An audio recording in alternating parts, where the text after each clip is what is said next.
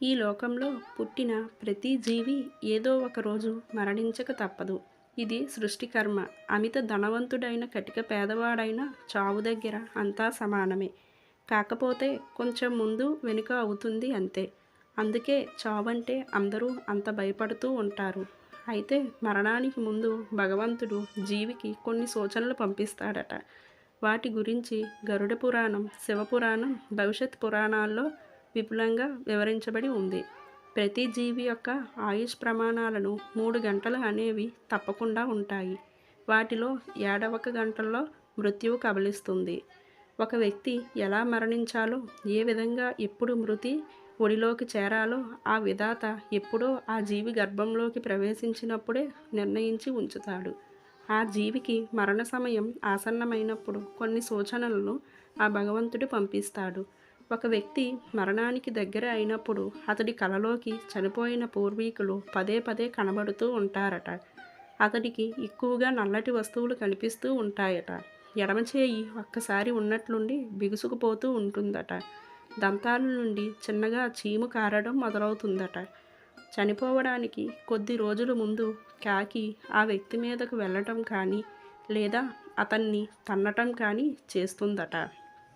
ఇలాంటి సూచన వస్తే త్వరలోనే అతడికి మరణం సంభవించబోతుందని అర్థం.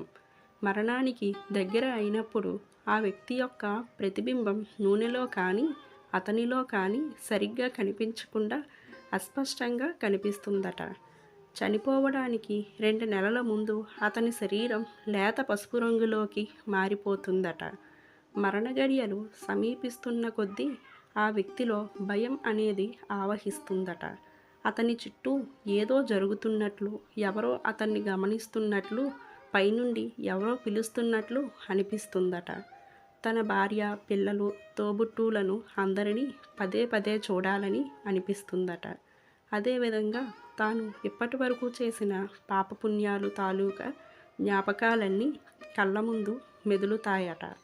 తాను చేసిన పాపాలను గాను పైన ఎటువంటి శిక్ష అనుభవించాల్సి వస్తుందో అని భయపడుతూ ఉంటాడట. ఏ పని మీద ఆసక్తి ఉండదట. ఒంటరిగా ఎక్కువసేపు ఉండాలనిపిస్తుందట. అలాగే ఆకలి కూడా మందగిస్తుందట. తనకు ఎంతో ఇష్టమైన ఆహార పదార్థాలు కళ్ళెదితే ఉన్నా తినబుద్ధి కాదట. అతడు ఇంటి దగ్గర పదే పదే కుక్కలు ఏడుస్తూ ఉంటాయట.